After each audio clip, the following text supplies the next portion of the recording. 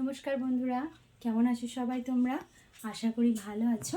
আমিও খুব ভালো আছি আর তোমাদের ভালোবাসায় আরও ভালো আছি। তো চলে এলাম আর একটা নতুন ভিডিও নিয়ে। আমি মিঠুয়া, হাউস ওয়াইফ মিঠুয়াস ব্লগে তোমাদের আবার নতুন করে স্বাগত। তো সকাল থেকে আমি একটুও সময় পাইনি তোমাদেরকে ভিডিও দেওয়ার বা তোমাদের সঙ্গে কথা বলার, কারণ নিনির তো স্কুলে পরীক্ষা চলছে। তো পরীক্ষার জন্য আমি চলে যাচ্ছি, অনেকটাই সকাল সকাল উঠতে হচ্ছে, চলে যাচ্ছি স্কুলে। এখন আর ওকে দিয়েই চলে আসি না, এখন ওকে দিয়ে একেবারে ওকে নিয়ে তবে আসি। তো এবার সেজন্য আর হয়ে ওঠে না। তো স্কুল থেকে চলে এসেছি, নিনিকেও চান টান করিয়ে ও একটু পড়তে বসেছে, খানিকক্ষণ খেলাধুলা করার পরে। আর এবার আমি রান্নাঘরে যাব। আর চানটা আজকে সারা হয়ে গেছে, খুব গরম লাগছিল আর বাইরে এত গরম, টিকতে পারা যাচ্ছে না। তো চলে এসেছি, তো তোমাদের সাথে একটা যে রেসিপি শেয়ার করি। তো দেখে বলবে তো কেমন হয়েছে আমার রেসিপিটা।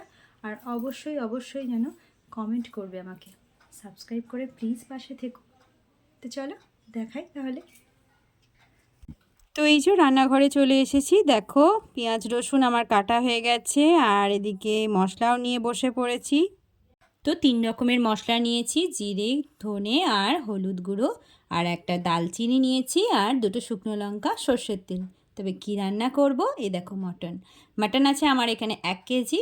আর আমি নিয়েছি আদা, খুবই অল্প পরিমাণে। তো চলো আলুগুলো সব ছিলে নিয়েছি, সিদ্ধ তো করবো না কারণ প্রেশার কুকারে বানাবো। তো প্রেশার কুকারে আমি ভালো করে গরম করে নিয়েছি আর লঙ্কাটাও চিড়ে নিয়েছি। তো প্রেশার কুকারে প্রথমে তেলটা দিয়ে দিলাম। তেলটা একটুখানি গরম হয়ে গেলেই আমি এতে দেখে দেখে নেব, তারপর এতে দিয়ে দেব আলু। তো আলুগুলো এবার আমি একটুখানি নাড়তে থাকবো। তো নিনির তো পরীক্ষা তোমাদেরকে বললাম, তো ওকে পড়াতে পড়াতেই আমি এদিকে রান্নাঘরে একটু কাজটা করছি। তো আজকে এই যে মাটন করব, ওরও খুব ভালো লাগে খেতে। তো ওকে ওই ঘরে পড়তে বসিয়ে এসেছি, আমি রান্নাঘরে চলে এসেছি। তো দেখো তেলের মধ্যে আমি শুকনো লঙ্কা, দালচিনি, রসুন আর তেজপাতাটা একটু পরে দেব, তেজপাতাটা এখন দেব না। তো একটুখানি নেড়ে চেড়ে আমি পেঁয়াজটা দিয়ে দিলাম। তো আমি প্রেশার কুকারেই বেশিরভাগ সময় প্রেশার কুকারেই মাটন রান্না করি আর চাপা দিয়ে দিয়েই করি, কারণ তাতে আমার মনে হয় রান্নাটা আরও সুন্দর হয়। এবার আমি এতে দিয়ে দেব 2টো তেজপাতা। তো তোমরা কে কে প্রেশার কুকারে রান্না করো মাটন আমাকে বলো তো, কারণ প্রেশার কুকারে মাটনটা খেতেও খুব ভালো হয় কিন্তু। আর ওই যে দালচিনিটা দিলে, এই দালচিনিটা দেওয়ার পরে যখন এই ঢাকনা দেয়া থাকে তখন কিন্তু খুব সুন্দর টেস্ট হয়। তো এই যে পেঁয়াজটা হয়ে গেছে, তার সাথে আমি টমেটোগুলো দিয়ে দিলাম আর আমি 4-5টা কুচিয়ে রেখেছি লঙ্কাটা দিয়ে দিলাম আর একটু নুন দিয়ে দেবো। এবার আগে আমি নুনটা দিইনি, এবার নুনটা দিয়ে দিলাম। একটু হালকা নাড়াচাড়া করে আদা বাটাটা দিয়ে দিলাম। দেখলে আমি কত অল্প আদা দিলাম, এই অল্প আদা দিয়েই কিন্তু করব, বেশি আদা আমি দিইনি কারণ এখন খুব গরম, এখন খাওয়াটাও ঠিক নয়। তবে নিয়ে এসেছে, খেতে মন চেয়েছে। তো মশলাগুলো একে একে আমি সব দিয়ে দিলাম। এবার আমি হালকা করে সব কষতে দেব। মাঝে একবার দেখে এলাম নিনি কী করছে, কিন্তু সেগুলো তোমাদের সঙ্গে দেখানো আমার হয়নি, কারণ এই এত বেলা হয়ে গেছে তো ওকে স্কুল থেকে আনতে। খালি মনে হচ্ছে কতক্ষণে রান্নাটা শেষ করব আর কতক্ষণে ওকে খেতে দেব। ও আছে, বাবা আছে, খিদে পেয়ে যায় ওদের, বাবার আর নিনির আগে খিদে পেয়ে যায়। আর এদিকে আমার মশলাটা হয়ে গেছে, এবার আমি মাটনটা দিয়ে দেব।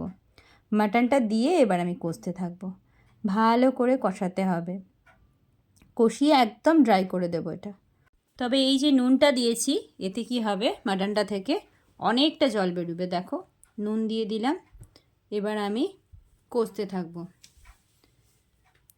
এতে অন্য সব মশলা দিয়েছি, তবে লঙ্কা গুঁড়োটা আমি দিইনি, কাশ্মীরি লঙ্কা গুঁড়িটা পরে দেব। এবার এই দেখো ঢাকনা দিয়ে দিলাম, ঢাকনা দিয়ে দিয়ে এটাকে করতে হবে। মাঝে মাঝে ঢাকনা খুলে একটু করে দেখব, একবার করে দেখছি যে কতটা হয়েছে।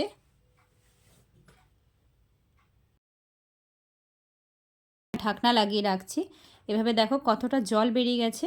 তবে এবার আর ঢাকনা দেব না, একটুখানি কাশ্মীরি লঙ্কা গুঁড়ি দিয়ে ঢাকনাটা খুলে দেব। এবার আমাকে এই জলটা মারতে হবে। আর এই তো শুকনো শুকনো টাইপের হয়ে গেছে, এবার একটুখানি মিট মশলা দিয়ে দেবো আর আলুগুলো দিয়ে দেবো। তো ভালো করে নেড়ে নিয়ে এবার আমি একটু জল বসিয়েছি গরম করতে, ঠান্ডা জল আমি দেব না, ওই জন্য একটু গরম জল দিয়েছি। গরম জল করে দিয়ে দিলাম এই যে। এবার দেব একটুখানি গরম মশলার গুঁড়ো, গরম মশলার গুঁড়ো দিয়ে আমি বসিয়ে দিয়েছি সিটি মারতে। এই দেখো আমার মাটন রান্না রেডি। কেমন হয়েছে অবশ্যই যেন বলবে। টাটা।